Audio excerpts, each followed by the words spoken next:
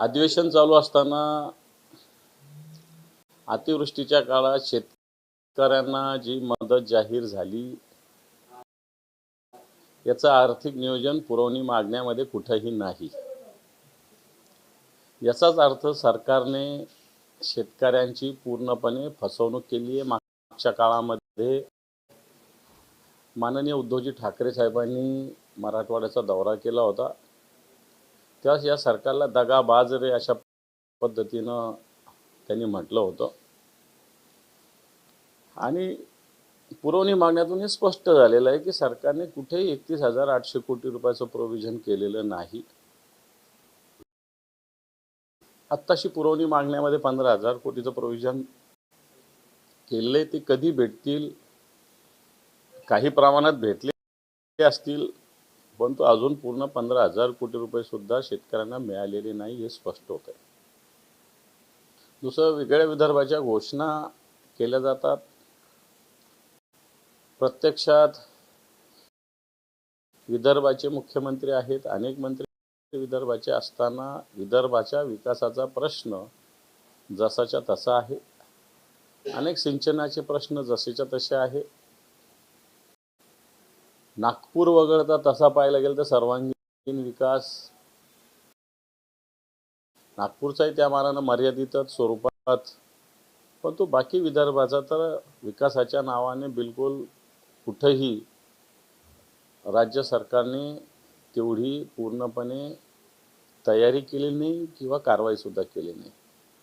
आणि म्हणून एकीकडे अशा पद्धतीनं विकासाकडे दुर्लक्ष करायचं आणि एकीकडे विदर्भ वेगळा करण्याची मागणी म्हणजे अखंड महाराष्ट्राची भूमिका हिला तोडण्याचं काम करायचं। या भूमिकेला शिवसेना पक्षप्रमुख माननीय उद्धवजी ठाकरे साहेबांनी पूर्णपणे विरोध केलेला आहे। दोन्ही सभागृहात विरोधी पक्षनेते अजून दिलं जात नाही। एकीकडे इनलिगल अनधिकृत उपमुख्यमंत्री पद कायद्यामध्ये कुठेही नाही। याच्याविषयी मला चांगलं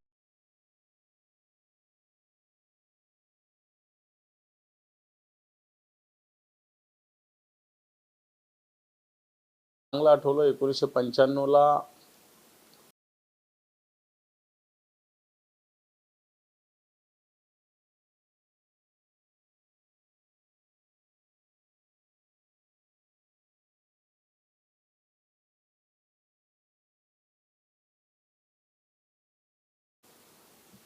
जज गोपीनाथजी मुंडे साहेब उपमुख्यमंत्री झाले होते,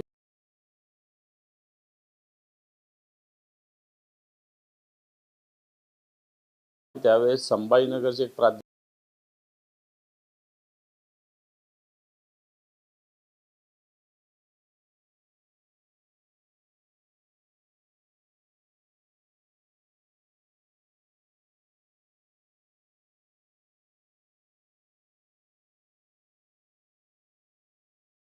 जाधव यांनी उच्च न्यायालयात याचिका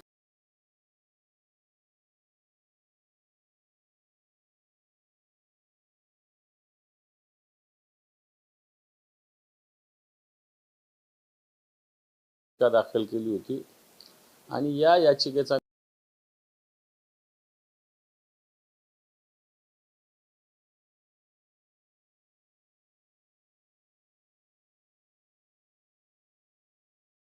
निकाल लागला होता की उपमुख्यमंत्रीपद कायद्यात कुठेही नाही।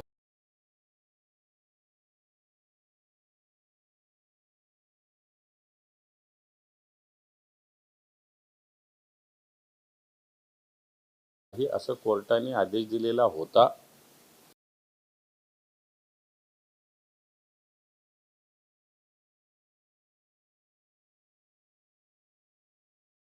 परंतु आजतागायत हे पद नेमले जातात, यांना वैधानिक अधिकार दिले जातात, परंतु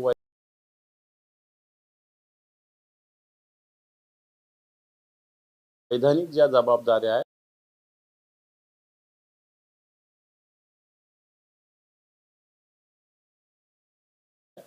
त्या देण्यापासून सरकार पळ काढते। याचाच अर्थ सरकार भले आम्ही मुठभर असू, सरकारकडे अवाढव्य मेजॉरिटी बहुमत आहे, असं असताना विरोधी पक्षाला का घाबरायचं हा एक प्रश्नच आहे. आणि म्हणून विरोधी पक्षनेता पद दिलं जात नाही. या सगळ्या भूमिका जर बघितल्या तर आम्ही जे म्हणतो संविधान वाचवण्याची भूमिका म्हणतो, संविधान हेच आहे ना. संविधानानुसार कोणतंही काम न करणं याचाच अर्थ संविधानाचा मिसयूज करणं किंवा संविधानाला पूर्णपणे बाजूला करणं असा प्रकार राज्य सरकार आताच्या घडीला करते.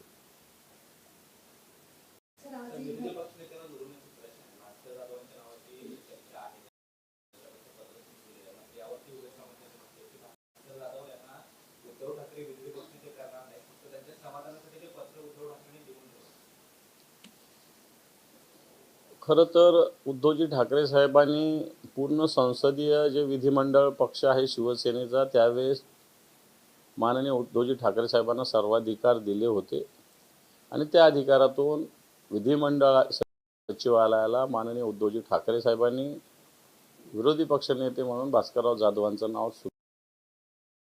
सुचवलेलं आहे.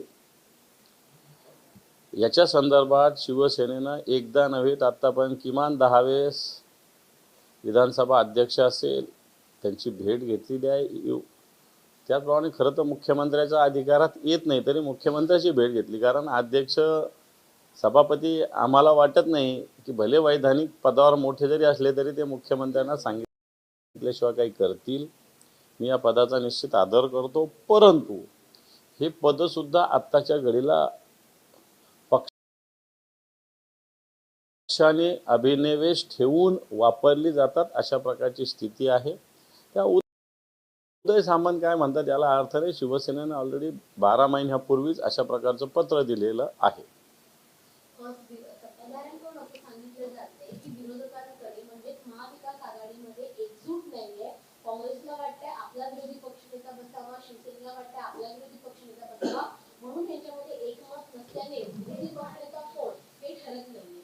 हे पाय, हे खोटं जनतेत पसरवण्याचा हा प्रयत्न आहे. काँग्रेसने विधानसभेत कुठं कोणाला सांगितलं का याला विरोधी पक्षनेता करावा? बिलकुल सांगितलेलं नाही. शिवसेनेनं असं कुठं सांगितलं का विधान परिषदेत की याला करावं? काँग्रेसने विधान परिषदेचा व्हावा. शिवसेनेची संख्या विधानसभेत जास्त आहे, त्यामुळे ऑलरेडी विधानसभेत शिवसेनेचा व्हावा. तसं पाहिलं गेलं तर विधान परिषदेमध्ये शिवसेनेची आणि काँग्रेसची संख्या बरोबरीत आहे, परंतु आमची महाविकास आघाडी या हेतूनं आम्ही ही जबाबदारी काँग्रेसला द्यावी अशा प्रकारची भूमिका सातत्यानं घेतलेली आहे. त्यामुळे हे ज्या पद्धतीनं विरोधकात एकजुटणे वगैरे म्हणतात ह्या साफ चुकीच्या गोष्टी आहेत. कुठे त्यांनी दाखवावं की काँग्रेसने पुन्हा वेगळं नाव कुठं विधानसभेला दिलं, द्यायचा प्रश्नच येत नाही. काँग्रेसची संख्या 16 आहे, शिवसेनेची 20 आहे. नॅचरली शिवसेनेचाच बनेल तिथे. त्यामुळे या सगळ्या चर्चेला कोणताही अर्थ नाही.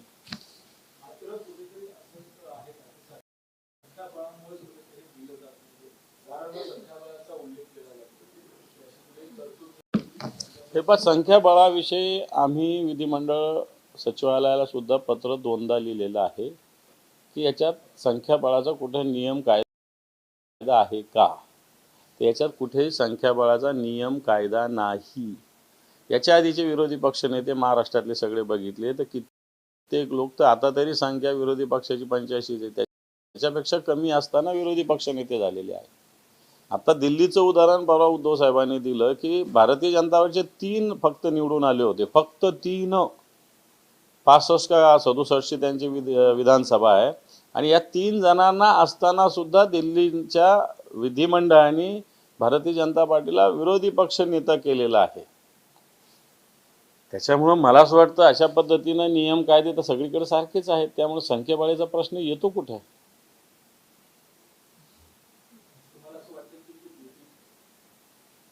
दिले पाहिजे कारण हे बघ निकोप लोकशाहीसाठी, जसं आता आपण लोकशाहीवरून बोललो लोकशाही निकोप लोकशाहीसाठी हे आवश्यक आहे. जनतेसमोर दोन्ही बाजू येण्याची आवश्यकता असते. जनता या सगळ्या गोष्टीवर उघड्या डोळ्यानं बघत असेल.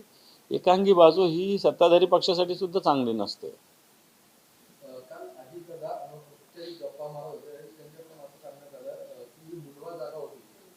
अधिकाऱ्यांची चुकी, अधिकाऱ्यांनी जर काही सर्व बाबी तपासल्या असत्या आणि समोर आणल्या असत्या तर एवढा गडबड झाली नसते. थेट आता अधिकाऱ्यांकडेच बोट केले.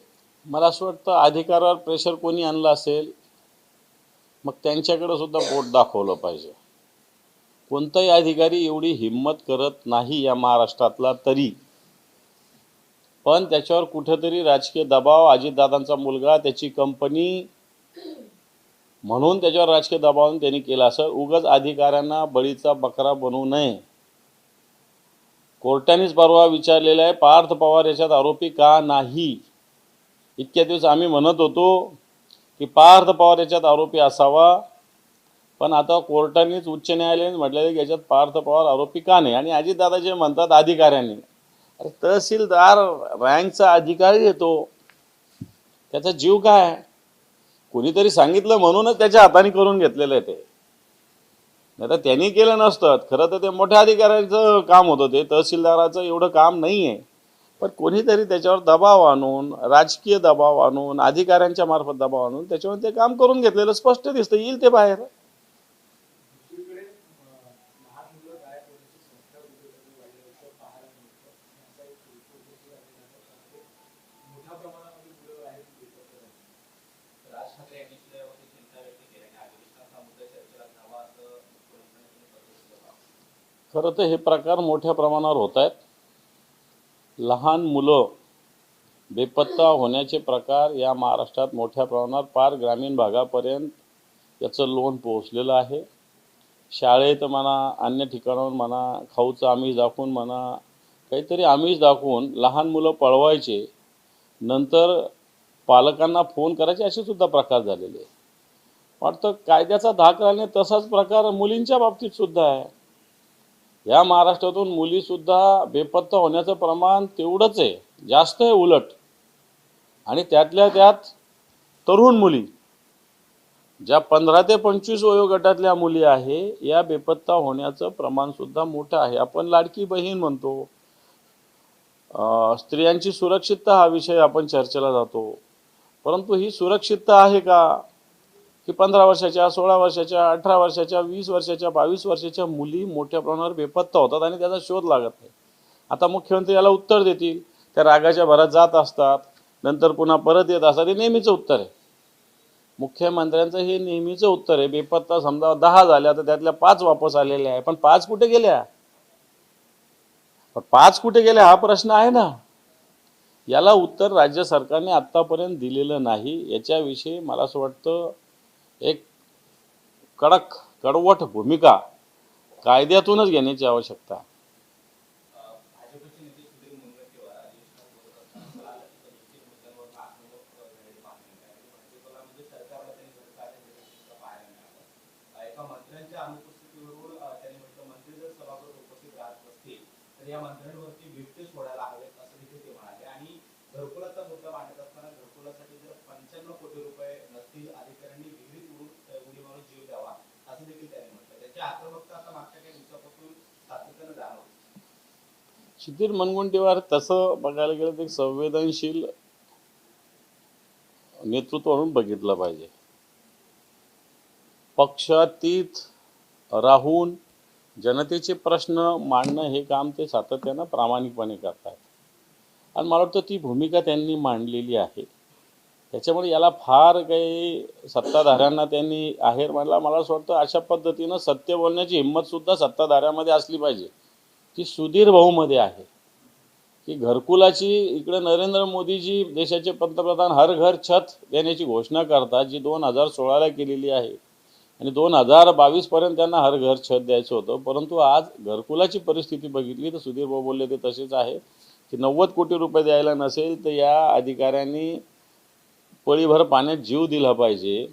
आता पळीभर पाण्यात अधिकाऱ्याने जीव देत असताना हे 90 कोटी आणायचे कुठून हे सुद्धा सुधीर भाऊनी सांगायला पाहिजे होतं. आपल्या सरकारला ह्या गोष्टी सांगितल्या पाहिजे होत्या की अधिकाऱ्यांनी पळीभर पाण्यात जीव द्यायला. आता ते पळीभर पाणी सुद्धा अधिकाऱ्याला मिळेल का नाही मिळेल हा प्रश्न आहे.